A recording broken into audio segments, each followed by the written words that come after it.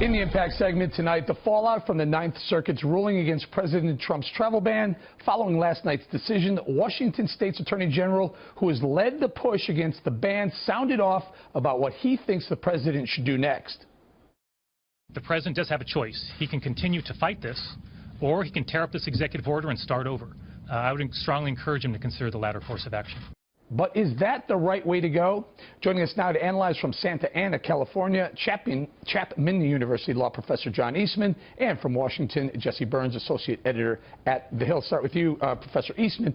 The right way to go, we've heard all day what the Trump administration plans to do. Looks like they're going to go back. They may go back to the Ninth Circuit, and they also may write another EO, executive order. What should he do? Well, I don't think those are mutually exclusive. I think he should do both. I mean, the fact of the matter is this Attorney General is going to challenge whatever he does with his executive order, because the one that he previously issued was patently constitutional, square on and authorized by the existing law, a law, I might add, that neither the Ninth Circuit nor Judge Robart bothered to cite in their opinion, saying the president was unlikely to succeed on the merits.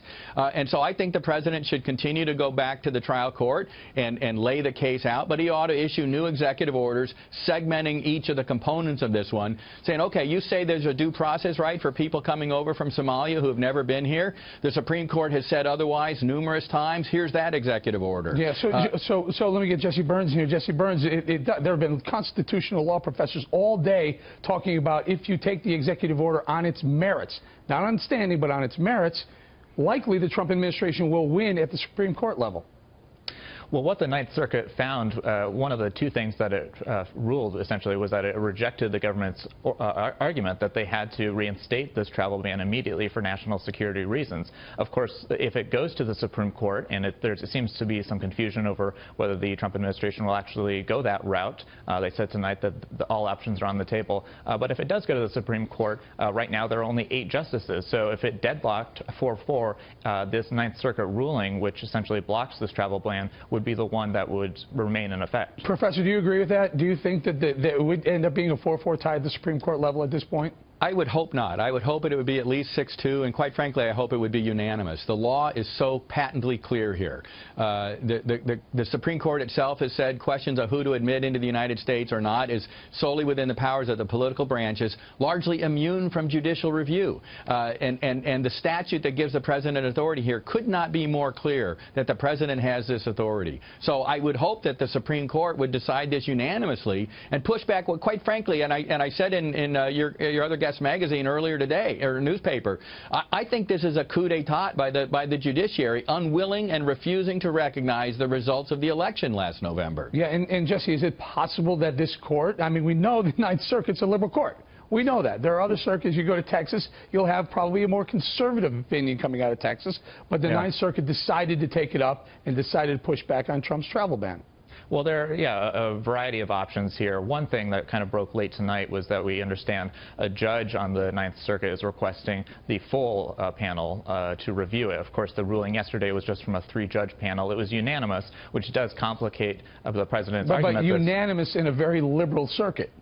Right. So, you know, if the Trump administration continues to pursue this at the Ninth Circuit level, which could happen in the next couple of weeks, we don't know yet, then that, court is going to be the one at play. But the bigger, alluding to what John said earlier, if it plays out in the federal district court up in Seattle, the merits of the case is what the administration feels like they've got a stronger case on, and Trump is going to, continue to play it out there. At the same time, he might bring forward a separate executive order because he wants something to get done. Professor, throughout the day there were rumblings that possibly the court was upset. Did we lose a professor? Do we have the professor? Is he here? I think we lost the professor. All right, I'll ask you that, Jesse. Okay, professor's back. There was rumblings all day today that maybe the court was upset because at one point Mr. Trump, President Trump, had said that the court, this isn't even a case for the court. It shouldn't even be heard by the court, and they pushed back on that. Yeah. No, I mean, there's a provision in the law on the revocation of visas that say the Secretary of State has that authority, and the Congress has specifically deprived the lower courts of having any jurisdiction to consider such matters because they recognize this is in the core wheelhouse of the executive power.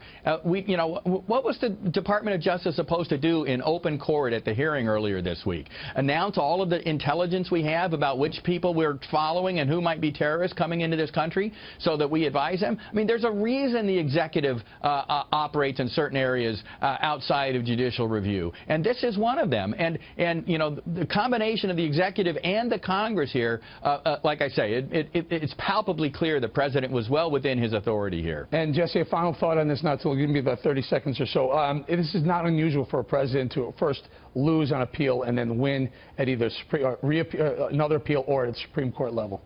Yeah, no, we saw with the Obama administration, the Ninth Circuit, or appeals courts in general, being those challenged of going to the Supreme Court and seeing a different ruling. But I think something to remember with all of this is that this order, this restraining order that was imposed last week in Seattle, that's going to stay in place until there is some type of other ruling. And so at this point, the Trump administration, what they could do and what we're expecting at this point at least is for them to craft a maybe narrower executive order that exempts some of these refugees and while pursuing this legal case. All right. I got to leave it right there, John and Jesse. Thank you very much.